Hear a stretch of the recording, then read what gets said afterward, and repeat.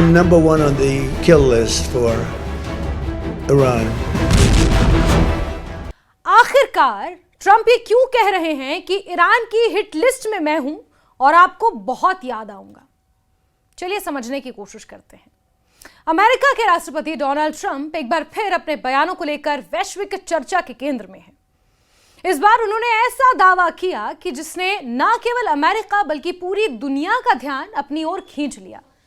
Trump ने कहा कि वो वर्षों से ईरान की हिट लिस्ट में सबसे ऊपर हैं और उन्हें हमेशा इस बात का खतरा रहता है कि ईरान उनकी हत्या की कोशिश कर सकता है। इसी संदर्भ में उन्होंने एक भावुक टिप्पणी करते हुए कहा कि मुझे उम्मीद है कि आप मुझे मिस करेंगे।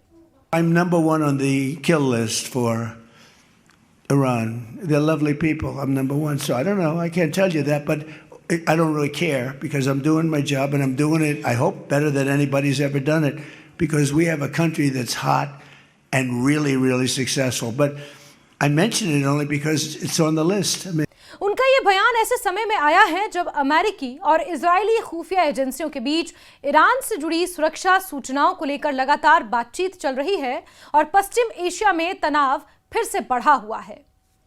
ट्रंप ने न्यूयॉर्क पोस्ट को दिए एक इंटरव्यू में कहा कि अगर कभी ईरान उन्हें नुकसान पहुंचाने या उनकी हत्या करने में सफल हो जाता है तो उन्होंने पहले ही अमेरिकी अधिकारियों को निर्देश दे दिए हैं कि ईरान पर ऐसा जवाबी हमला किया जाए जैसा उसने पहले कभी देखा ना हो, सोचा ना हो।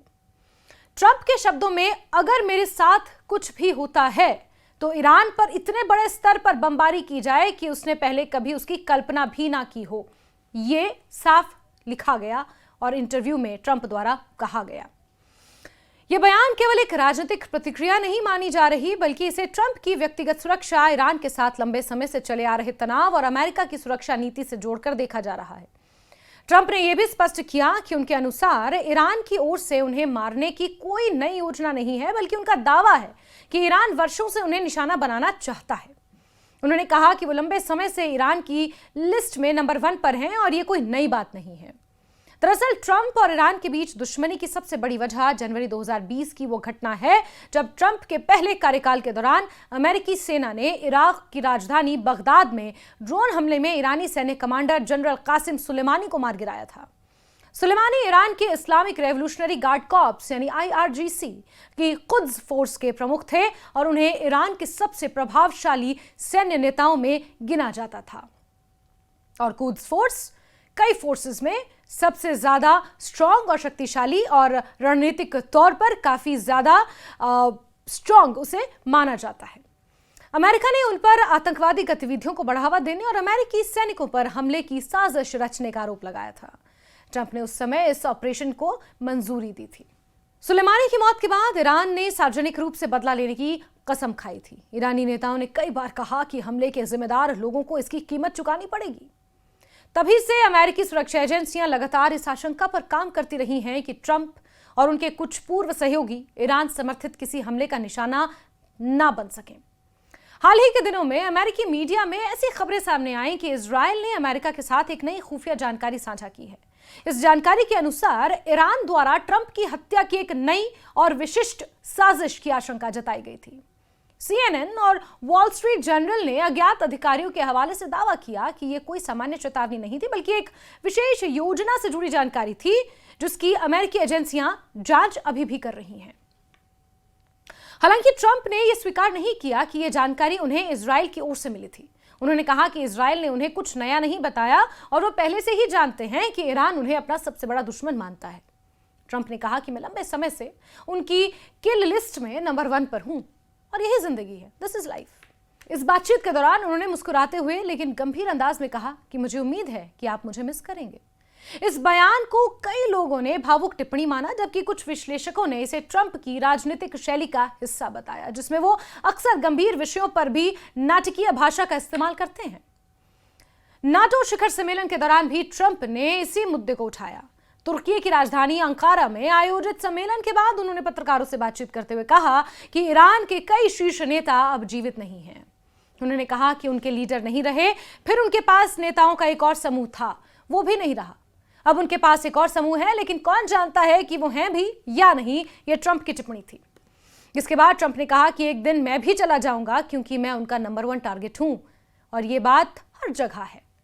अब इस बयान के साथ उन्होंने ये भी कहा कि उन्होंने सुबह ऐसी रिपोर्ट देखी थी जिसमें उनका नाम ईरान की हर सूची में शामिल बताया गया था। ट्रंप ने कहा कि अब तक वो खुद को भाग्यशाली मानते हैं कि उनके साथ कुछ नहीं हुआ, लेकिन उन्होंने ये भी जोड़ दिया कि शायद ये किस्मत हमेशा साथ ना दे। सवाल उठ रहे हैं कि क्या ट्रंप कुछ भांप गए हैं या ट्रंप को कोई खुफिया जानकारी मिल चुकी है या ट्रंप इस बात को लेकर आश्वस्त हैं कि ईरान वाकई उन्हें हिट लिस्ट में शामिल कर उनकी जिंदगी के पीछे पड़ा है। और इसी दौरान ट्रंप की सुरक्षा व्यवस्था को लेकर भी चर्चा तेज हो गई है। याद करिए, व्हाइट हाउस के ठीक सामने बीते कुछ महीनों में काफी ज्यादा हमले भी हुए थे। नाटो सम्मेलन के बाद अमेरिका लौटते समय उन्होंने अपने यात्रा कार्यक्रम में अचानक से बदलाव भी किया। तुर्की से अमेरिका लौटने के लिए अपने पुराने एयरफोर्स 1 विमान का इस्तेमाल करते हुए दिखाई दिए, जबकि कतर की ओर से उपहार में मिले नए विमान को पहले ब्रिटेन भेज दिया गया। शुरुआत में इस बदलाव को लेकर कई तरह की अटकलें लगाई गईं। कुछ लोगों का मानना था कि नए विमान में अभी सभी अत्याधुनिक सुरक्षा सुविधाएं पूरी तरह स्थापित नहीं हुई हैं। बाद में व्हाइट हाउस ने माना कि यह बदलाव सुरक्षा कारणों से किया गया था। न्यूयॉर्क टाइम्स की रिपोर्ट के अनुसार अमेरिकी सीक्रेट सर्विस ने अतिरिक्त एहतियात बरतने की सलाह दी थी और उसी के आधार पर यह निर्णय लिया गया था। हालांकि ट्रंप ने सुरक्षा संबंधी सवालों का सीधा जवाब देने से बचते हुए केवल इतना कहा कि उनकी सुरक्षा एजेंसियां अपना काम कर रही हैं और उन्हें संभावित खतरों की जानकारी है। यानी कि ट्रंप इज अवेयर कि कुछ भी हो सकता है उनके साथ। उनकी किस्मत हमेशा उनका साथ नहीं देगी, ये ट्रंप खुद मान चुके हैं। वहीं एक्सपर्ट्स का मानना है कि ट्रंप के खिलाफ संभावित खतरे को अमेरिका हल्के में नहीं ले सकता। साल 2020 के बाद से अमेरिकी न्याय विभाग कई बार ऐसे मामलों का खुलासा कर चुका है जिनमें ईरान से जुड़े लोगों पर अमेरिका में हत्या की साजिश रचने या उसके लिए लोगों की भर्ती करने के आरोप लगाए गए हैं।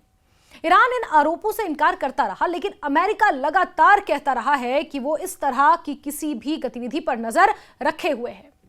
ईरान और अमेरिका के रिश्ते पिछले कई दशकों से तनावपूर्ण रहे हैं।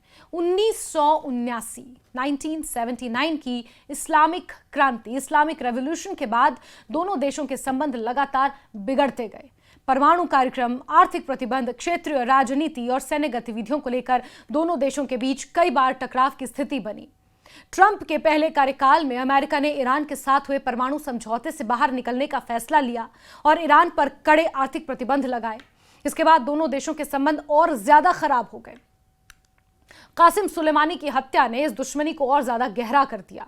ईरान ने इसे अपनी संप्रभुता पर हमला बताया और कई बार कहा कि वो इस कार्रवाई का बदला जरूर लेगा।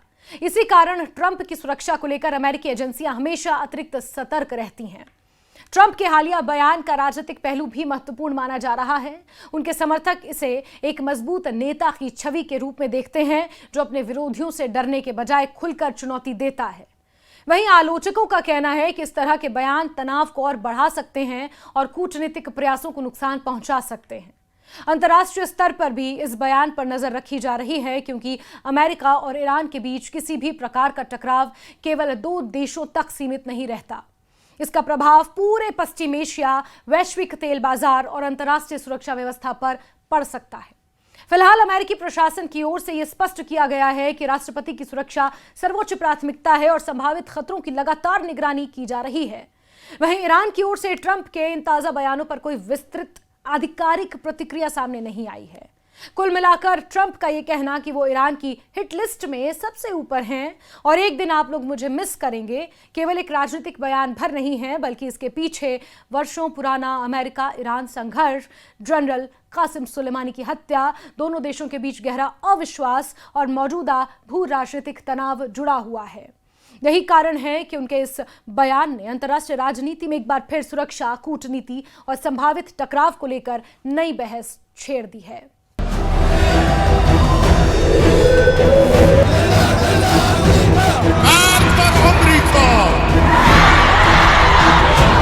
I'm number 1 on the kill list for Iran.